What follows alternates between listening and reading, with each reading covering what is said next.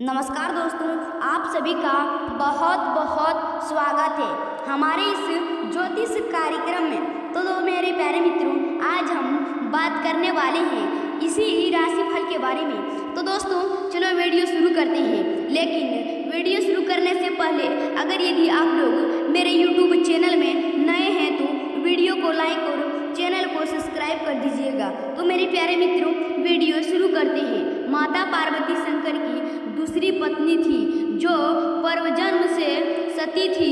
देवी पार्वती के पिता का नाम हिमवान और माता का नाम रानी मेनवाती था।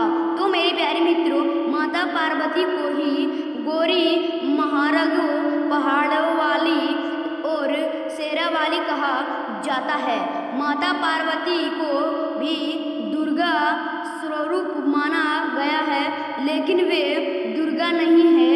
इनकी माता पार्वती के दो पुत्र प्रमुख रूप से मांगे गए हैं, और एक श्री गणेश और दूसरे कार्तिकेय।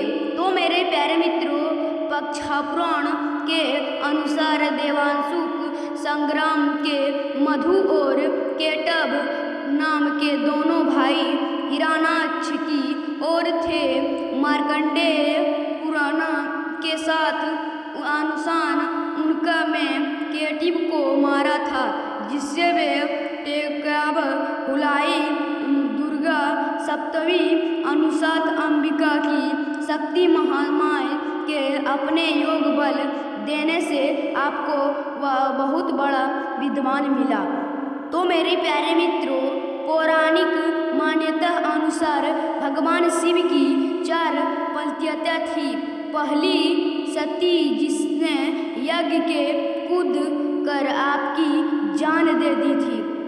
तो मेरे प्यारे मित्रों, यही सती दूसरे जन्म में पार्वती बनकर आई, जिसके पुत्र गणेश और कार्तिकेय के शिव की एक तीसरी, फिर शिव की एक तीसरी पत्नी थी, जिन्हें उमा कहा जाता है। देवी उमा को भूमि भी देवी की कहा जाता है। उत्तराखंड में इनका एकमात्र मंदिर है। भगवान शिव की चौथी पत्नी माँ काली है। उन्होंने इस पृथ्वी पर भयानक दानवों का संहार किया था। काली माता ने ही अनुसार सरस्वती का वध किया था। उन्हें 10 माताओं में से समरुज माना जाता है। काली भी देवी अम्बा की पुत्री थी। तो मेरे प्यारे मित्रों, आखिर उन अम्बा जिम्मेदारी स्वमेरित आदि के बारे में क्या रास्ता है, यह जानना भी जरूरी है। माता रानी के बारे में संपूर्ण जानकारी रखने वाले ही उनका सच्चा भक्त होता है। हालांकि यह भी सच है कि यहाँ इस लेख ने उनके बारे में संपूर्ण जानकारी नहीं दी जा सकती, लेकिन हम इतना तो बता ही सकते हैं कि आपको क्या करना जाना चाहिए। तो मेरे प्यारे मित्रों, हिरण्य के वंश में उत्तरत एक महाशक्तिशाली दैत्य हुआ, जो रुकु का पुत्र था, जिसका नाम दुर्गामासुर था। दुर्गामासुर से सभी देवता शरण हो चलते थे। उन्हें इंद्र की नगरी अमरावती को घेर लिया था। देवता शक्ति से हीन हो गए थे।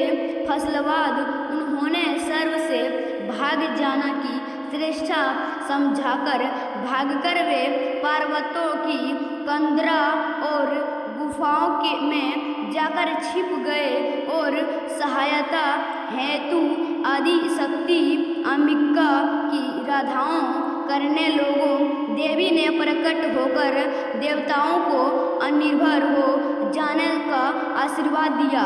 तो मेरे प्यारे मित्रों, इस दूर ने दुर्गामासुर को यह सभी गाथा बताई और देवताओं की रक्षा के अवतार लेने की बात कही।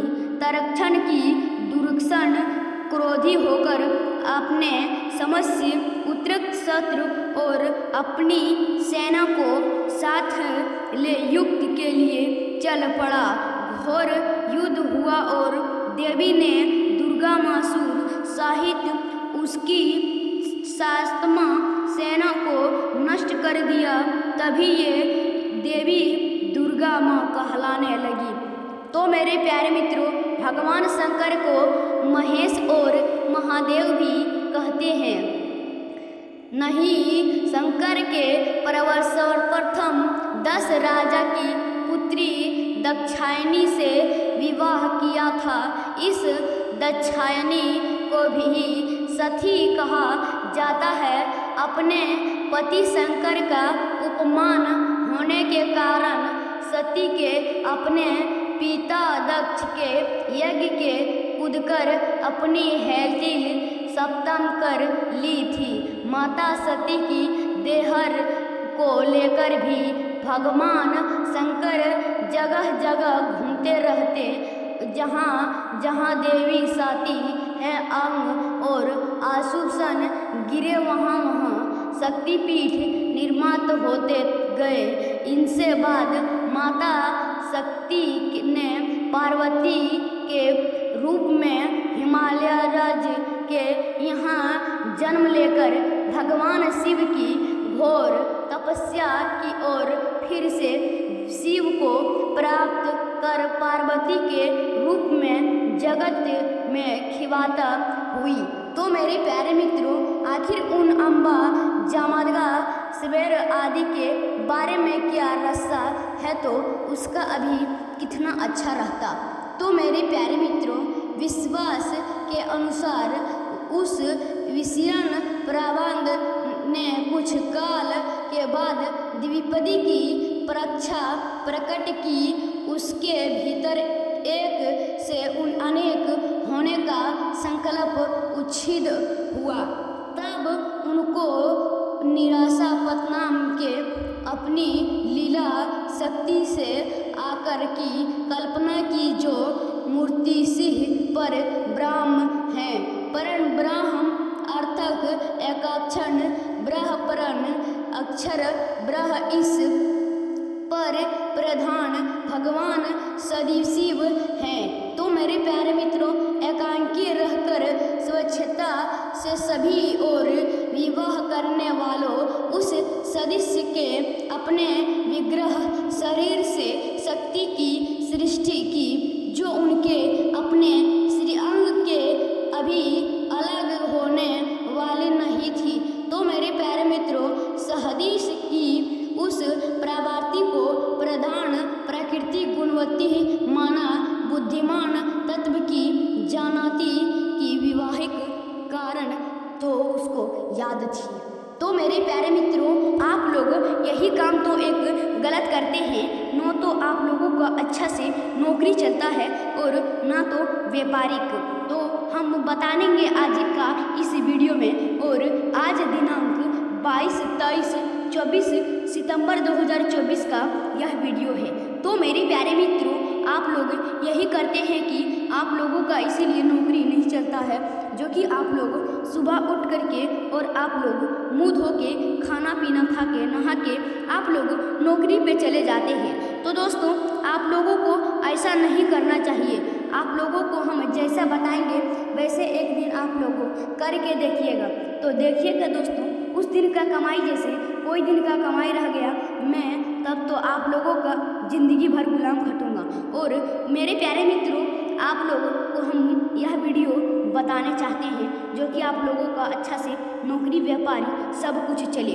तो चलो इसको शुरू करते हैं। आप लोगों को क्या करना है, सुबह उठ करके और मुँह धो के और इसके बाद नहाना है। आप लोगों को नहा के, अगर यदि आपके आसपास में कोई भी देवी देवता रहे तो उसको एक बार दर्शन जरूर कर लेना चाहिए।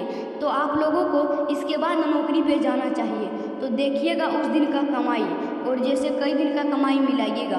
तो इस दिन का कमाई जैसे रह गया तो मैं बोला ना कि ज़िंदगी भर गुलाम खटूंगा। और आप लोग अपने मन से मेरे वीडियो को लाइक करो, चैनल को सब्सक्राइब कर दीजिए। तो जी हाँ दोस्तों, धन्यवाद।